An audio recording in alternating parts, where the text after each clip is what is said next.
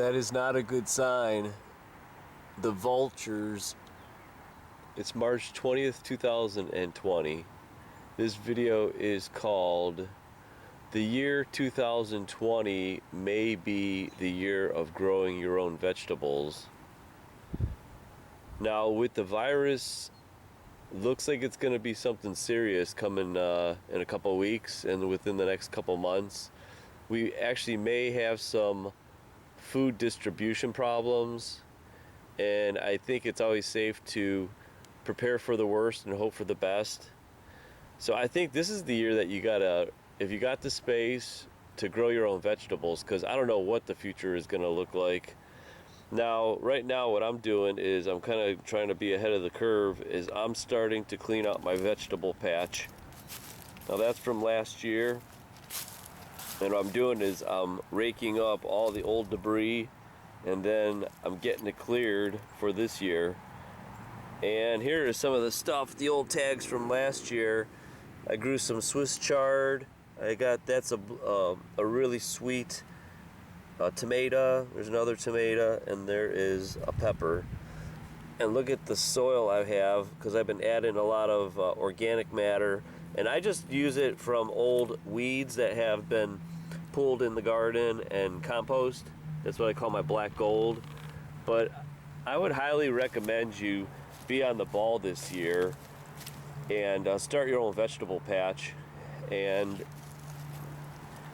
I have my Gardencatraz right here, which I made a video on it. And definitely, if you grow something, you're going to be going up against the animals. Now, I used to have a top on it, but the snow destroyed it. But I think you could be halfway safe if you got the walls that have chicken wire on it. You want to go 3 feet down, because believe it or not, the little creatures like moles, voles, and that kind of stuff are going to dig to get into your food supply. And it's better to be one step ahead of those creatures too. So like I said, is this food supply situation, we might have the food now, but who knows what this is gonna do to our supply with truckers, with farmers. We might have to hunker down a little bit in the years to come, because of, I'm just saying, I don't want to put out the panic mode, but there could be some food shortages in I don't know, like not in the near future, but a little bit around that corner. We might not be we don't know what we're going to be getting ourselves into with this isolation and this virus that is just whacking people and taking them out and making them very sick. So I would be prepared and start your own vegetable patch. Now what I have here is, it's getting a little beat up now, but I've got my Gardencatraz. I built this, and my saying on it is that animals can't get in and plants can't get out. That's why I called it Gardencatraz. But if you were wise, you would make your own and prepare yourself. And I think this is going to be the year of growing vegetables, because who knows what the future holds for us. I'm getting a bad feeling in my gut about this.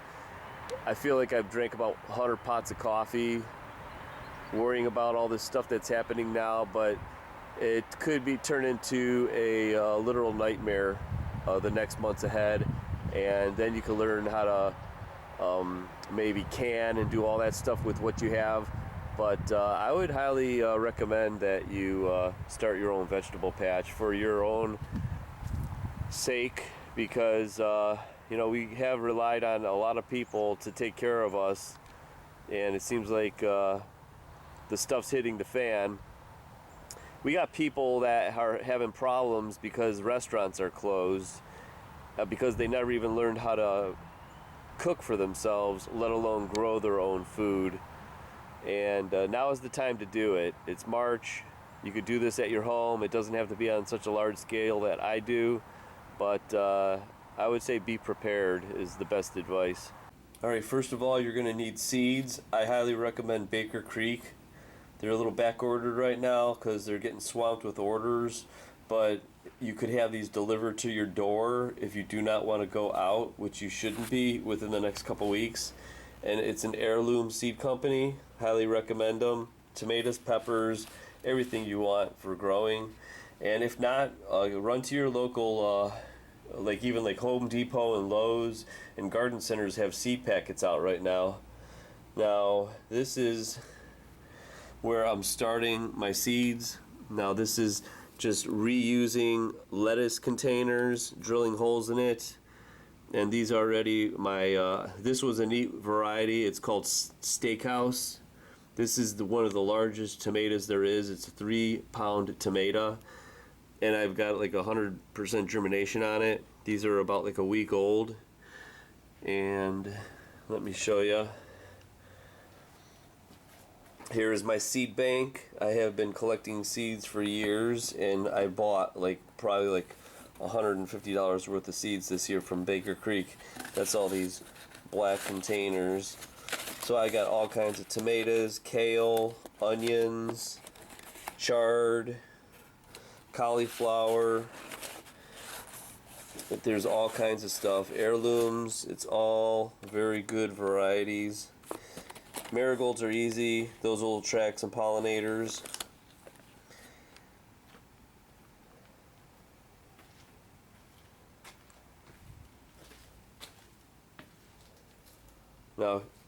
Now here is the whole gob of seeds that I've been growing for the past month, and it's getting to the time to start transplanting. But I wanted to show you, you're better off growing these on and transplanting when they're bigger because they have a bigger root system.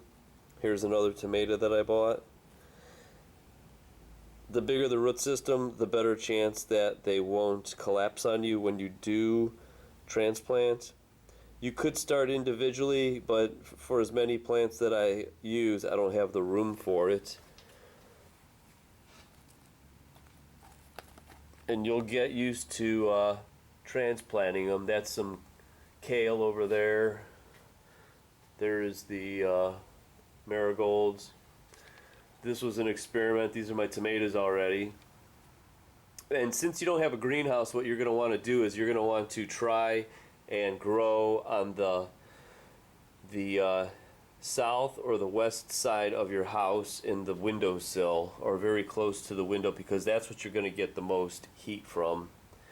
And once they pop, they just start taking off. Here's more kale. I've got a lot of basil. There's the table. What I have to do is I got to set traps because the mice come in here and eat all the seeds, and then they'll eat the actually what they do is they eat the cotyledons, which is right here. You can see the first leaf right there is a cotyledon. It's not a true leaf. It's kind of like the life support system before the true leaves start photosynthesizing. So I noticed that the ants and sow bugs, they cut these, and actually the mice were doing it.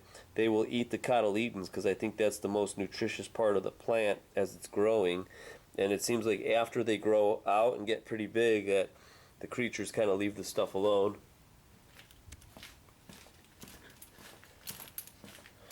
Let me show you I made this hot box here. Everything's made out of cedar. There is nothing that is womanized. But what it is there's a heating mat in here. And what I did is the heating mat is below. This sucker is going to get probably like 80 degrees. And I'll get tomatoes that are popping in 2 days. Peppers seem to be a little longer, but see this moat that I made? I got the container suspended over the water. I've got so many and I'm not using no herbicides or pesticides. So what happens is, before I had this moat, the ants by the thousands would come in here, and literally in one day, overnight, they'll come in. There'll be like holes all over the containers, and what they do is they find the seeds, because those are nutritious as well, and they will dig up every seed and take them into their little homes. So what I did to prevent that is I got these containers that hold water, and I got them lifted up on a tray, flipped upside down, and I fill it with water. And this water prevents them from coming in to the area to steal my seeds. So that's a good idea. Now I'm going to show you how I sow these seeds, and it's very simple. What this is in here is it's a basic seed starting mix, it's called. You could buy that. I get the bigger bags because I have so many seeds and it's a cheaper price, the bigger the bag. But what you do is you fill your container with the seed starting mix. So you want to water it down before you do anything, and then I already put down the seeds. This is a tomato variety. You can kind of see them. Those little brown specks are the tomato. That was a really tiny tomato variety. Actually, they are right there. You can see the tomato right there is the tomato seed. Now this variety is a cherry tomato called Snow White. They're really white cherry tomatoes. So what you do is after that you want to get this stuff. This is hard to find. You might be able to get this online. I'll put a link below so you could get it sent out to you if they do carry it. It's called No Damp Off, and this is what you coat the seeds in, because this is shredded sphagnum moss and it's got some natural antifungal properties. So what happens sometimes is, as you could see here with these zinnias, they will start getting a fungus, and you'll end up losing your seedlings. And what happens is, I'll show you how I do it. You cover this stuff with in the depth of the seeds. So I just sprinkle the seeds up on top, and then what I do is I ended up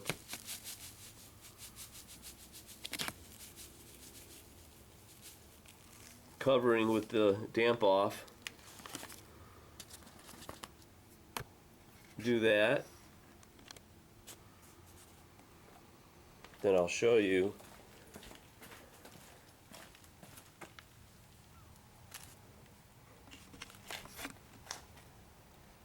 One thing you want to do, you probably can't get them, but if you want to, this is like a spray nozzle, and it kind of atomizes the hose, so it gets a very fine mist.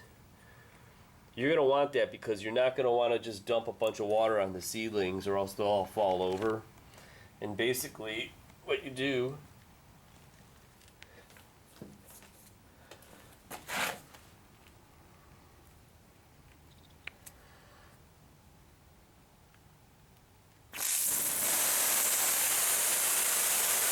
see some mist.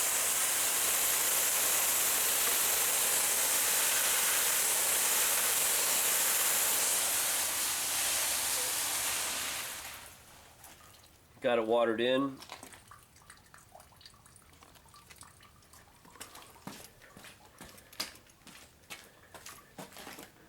And then you put it into the bin. It's really warm in here. And then keep an eye on it, and you're going to start your vegetable patch. If you can't do this, I definitely would go to your local garden centers and start buying stuff when it's available, because I have a feeling that they won't be growing a lot of flowers this year. I just went there to pick up some soil, and they think it's going to be a big year because people will be home with nothing to do. But I have a feeling people aren't going to have the money to buy these luxuries of annuals and shrubs and trees. And I think I told them, stock up on your vegetables, because I think people are going to be buying a lot of vegetables this year. And also, when I was leaving, it was ironic. I seen someone was pulling away with a plum tree in his back trunk. So if you want to and can afford it, buy yourself a couple fruit trees. Pay $50-$60 for a fruit tree that's maybe 5-6 feet tall, and you're going to have blooms on them. The blooms are already in the gardens right now blooming, and you'll have fruit this year. And we might need this. You might need this, especially if you have a family to feed.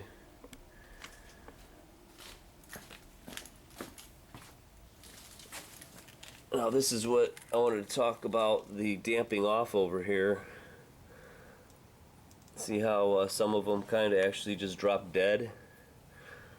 Some seem to be coming back over here, but that damp off, that sphagnum moss, has allowed me to grow almost, maybe I'd say like 95% rate of this stuff living, and I didn't have much damp off.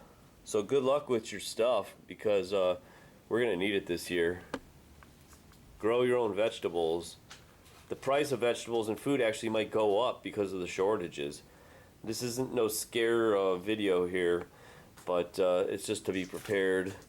Let me show you a couple that I bought that I want to really brag about. This one is a cabbage called Megaton. This is a 25 to 30 pound cabbage head. Now, it's the genetics that give you this stuff. None of this stuff is genetically modified.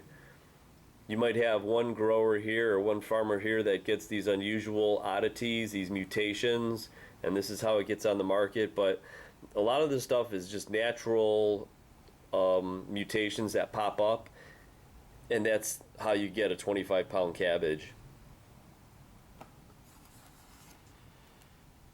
Now, what do we got here? This is a basil called Green Ruffles. We have a pepper called Just So Sweet.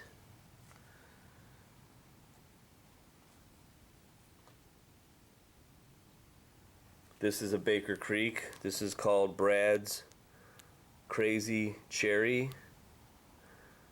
Berries Crazy Cherry. This is gonna look like clusters of grapes. This is a really good one. Now, some of these seeds are like maybe 40-50 cents a seed, but you gotta start these, you only get what you pay for. And I'll end it on this. This was pretty unusual. I do like jalapenos. This is a brown jalapeno instead of green. And I'm getting some problems with some little insects. I think there's aphids on the inside there. Yeah, there's an aphid right there. But don't be alarmed. You might be able to use neem as a natural insecticide. But what I usually do is I don't freak out. You might get some bugs on them early, but once you get them into the garden and they start growing, you get the beneficial insects that'll keep them in check. So good luck, and hopefully we'll be able to get through this without panic and people stealing food. Alright, a couple tidbits and what I've been using for labels, because they're kind of expensive. This I found in the garbage. These are blind shades. And all I did is take the blind shade, I cut it about 7 or 8 inches, and I'm using a permanent marker to label. You want to label everything so you kind of know what you got. The other thing too is I've been watering, and what you want to do is I've been saving my bottled water.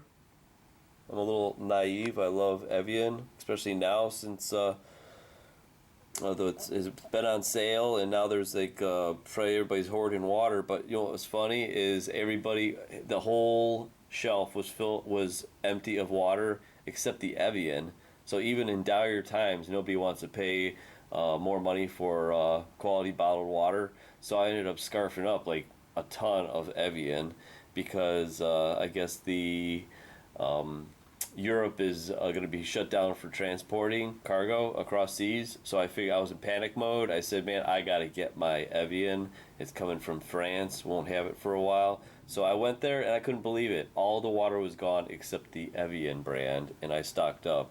But what you want to do is you do not want to use a regular hose, because that heavy water is going to knock the plants over, these little baby seedlings, especially when they get to this range. If you don't have the mister, I just flood it. See how it's getting watered without any of the plants getting knocked over? That is key. What happens is when they get knocked over and they hit that bottom and they stay in that moist area, that's what ends up killing them, or they damage them. And then here is the tomatoes. I just flood it, and see how nothing touched the seedling itself. Now I'm going to give you a tip right here on transplanting. I'm going to do one really quick. The key is you get a pencil and you dig underneath here and you pull up gently that little root system. See how perfect that is? So then what you want to do is, here's another tidbit. If you can't find containers, start saving your empty bottled waters. This is my Evian. So what I did is I drilled holes in it. You need drainage. So all you have to do, you pop that in there.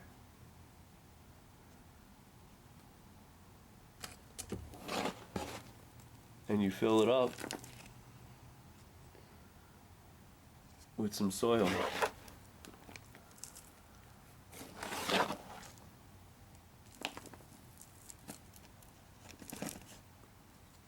And this sucker is going to take off. And look at that. Now, this is just the seed starting mix, but I'm going to be using the compost. I'm going to be using the compost, which is even better, to fill those containers up. Just to throw this in here, here's the pear trees. Stuff is starting to pop right now. That is not a good sign. The vultures